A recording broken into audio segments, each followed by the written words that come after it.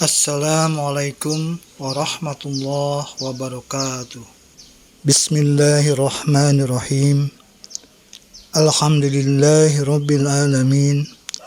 Segala puji bagi Allah, pencipta semesta alam, penguasa hari akhir. Hanya kepadanya kita menyembah dan hanya kepadanya kita memohon pertolongan. Allahumma sholli ala Sayyidina Muhammad wa ala ali Sayyidina Muhammad. Salawat dan salam kita sampaikan pada Nabi Muhammad, pembawa risalah kebenaran. Bapak dan Ibu yang terhormat, sudahkah kita merasakan dahsyatnya surat Al-Fatihah? Surat yang kita bacakan dalam setiap kita sholat. Apabila kita bacakan dengan benar, setiap bacaan langsung Allah jawab.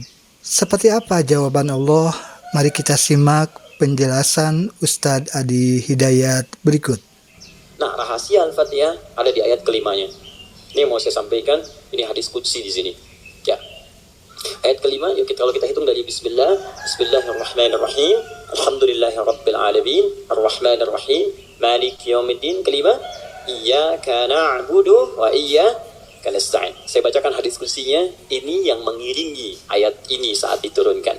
An Abi Hurairah radhiyallahu taala anhu qala, dari riwayat sahabat Abu Hurairah semoga Allah meridhai kepadanya, qala Rasulullah sallallahu alaihi wasallam, saya mendengar Rasulullah SAW berkata, qala Allah azza wa jalla, kata Nabi, saya mendengar Allah menyampaikan di hadis qudsi, qasamtu shalah baini wa baina abdi, saya bagi salat kepada dua bagian antara aku dengan hambaku, wali abdi ma sa'al, dan kalau hambaku benar menunaikan tugasnya, maka aku akan kabulkan apapun yang ia minta pada saat itu. Nah, ketika menyebut kalimat salat, ternyata yang disebut Al-Fatihah. Idza qala al-'abdu, jika seorang hamba benar membaca alhamdulillahi rabbil alamin, qala Allah azza wa jalla, maka Allah akan menjawab, hamadani abdi, hambaku sedang memujiku sekarang. Idza qala al-'abdu ar-rahmanir rahim, jika seorang hamba berkata ar-rahmanir rahim, qala Allah azza wa jalla, Allah menjawab, asna alayya abdi, hambaku sedang menyanjungku sekarang. Idza qala al-'abdu maliki yaumiddin, jika hamba membaca maliki yaumiddin, qala Allah azza wa jalla majjadani abdi, maka Allah langsung menjawab, hambaku sedang mengagungkanku sekarang. Ini maksud kalimat ini di pembuka yang 4 ini, kata para ahli hadis, salah satunya ingin memberikan gambaran kepada kita bahwa setiap beraktivitas rasakan kita dipersaksikan oleh Allah. Itu poinnya. Saya ulang ya, kalau Anda ingin mendapatkan janji dari kemuliaan Al-Fatihah ini, maka rumus yang pertama, kata para pakar hadis, rasakan setiap kali kita berinteraksi, sekalipun hanya berkata itu, rasakan Allah mengawasi kita. Itu yang disebut ihsan namanya. Apa namanya? Ihsan. Itu ada di hadis Muslim. Nomor hadis yang ke-8. Di Al-Arba'in nomor hadis yang kedua. Riwayat Umar bin Khattab. Ihsan an ta'budallaha ka'annaka tarah fa illam takun tarahu fa innahu yara. Perhatikan baik-baik. Anda jadikan, kata Nabi, ini rumus cepatnya, kalau semua hidup ingin dimudahkan oleh Allah, semua ingin dibuka kebaikannya, maka pertama, jadikan semua aktivitas kita sebagai ibadah. Itu poinnya. Yuk teman-teman yang kerja, niatkan ibadah. Kalau Anda cuma kerja, ya jangankan Anda, yang belum beriman pun kerja juga.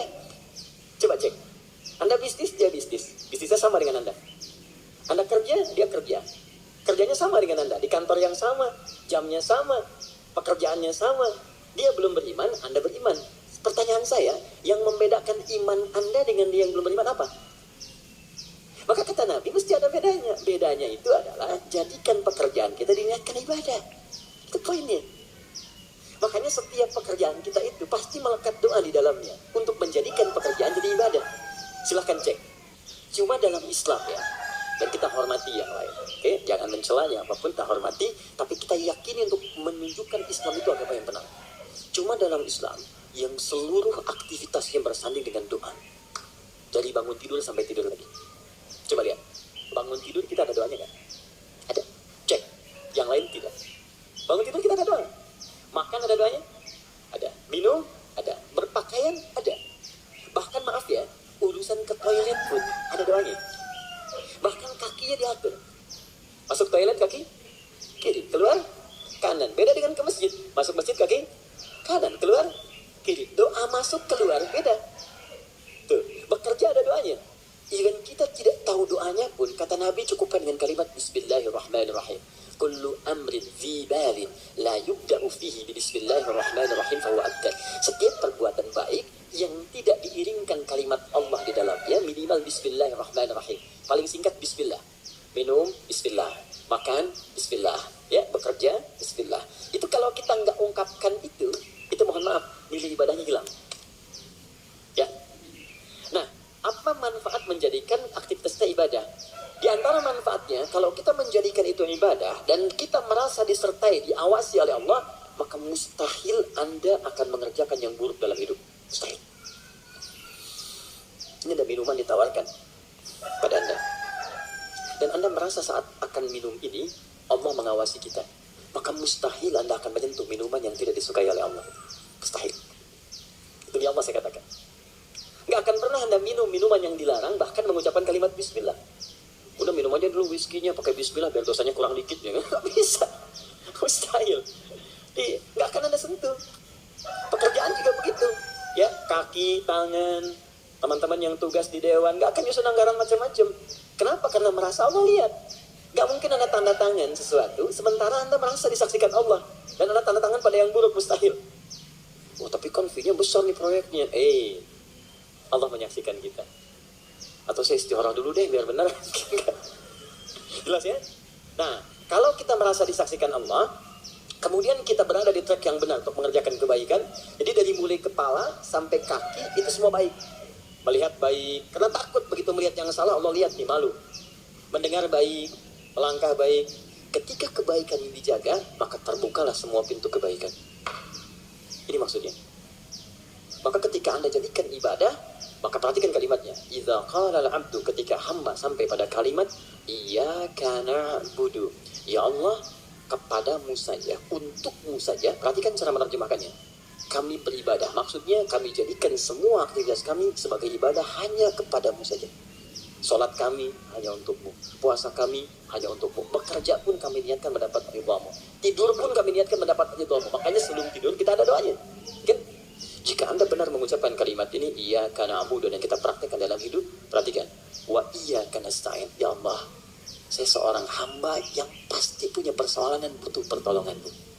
Kalaupun saya punya masalah, pasti saya hanya akan minta kepadamu. Lihat jawabannya.